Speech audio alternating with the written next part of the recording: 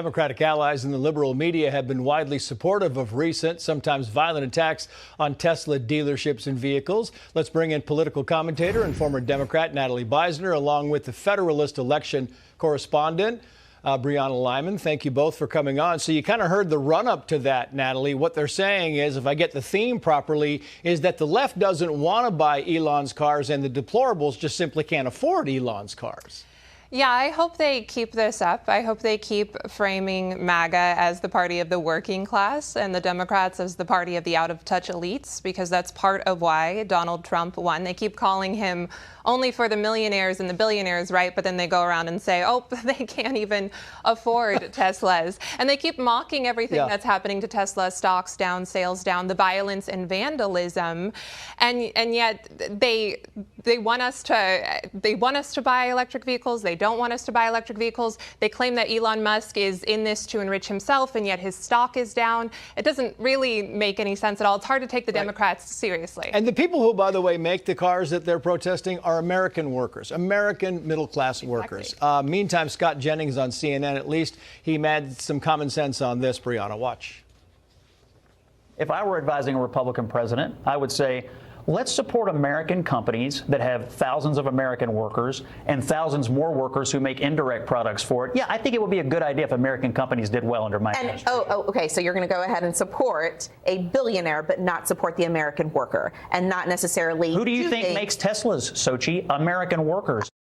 Yeah, stole my point. American workers are the ones they want to punish on this thing, Brianna.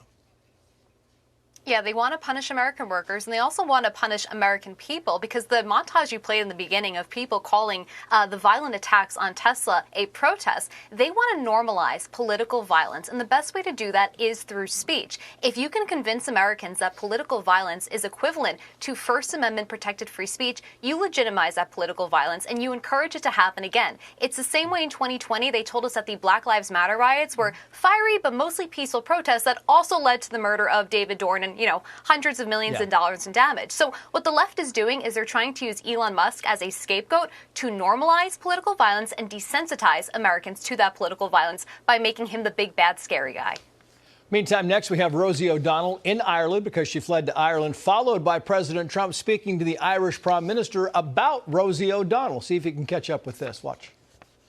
I'm here in Ireland. I was never someone who thought I would move to another country. When, it is safe for all citizens to have equal rights there in America, that's when we will consider coming back.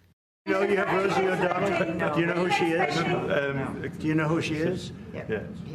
You're better off not knowing.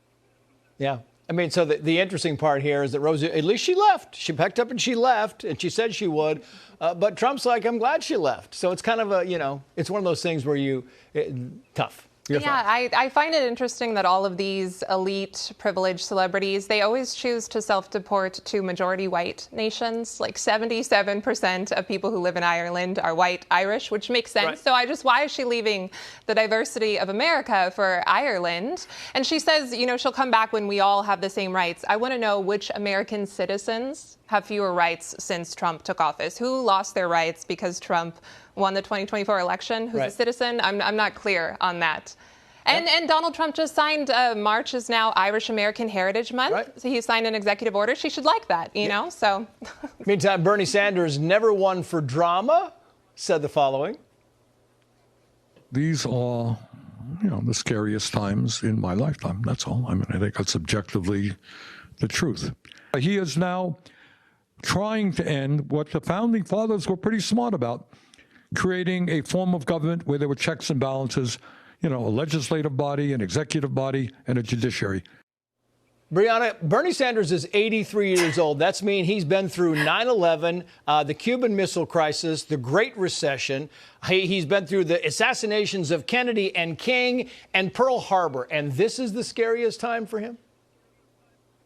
Yeah, it's the scariest time. Part of the other clip, part of that clip, he talks about Elon Musk and X and, free speech. He is scared that Elon Musk has opened up that platform for conservatives to have the same right to free speech that liberals have always had on that platform. And I don't recall Bernie Sanders being this scared just a few years ago when the left was controlling Twitter and was censoring and stifling Americans in free speech. So once again, they're using Elon Musk as a scapegoat for all of their problems.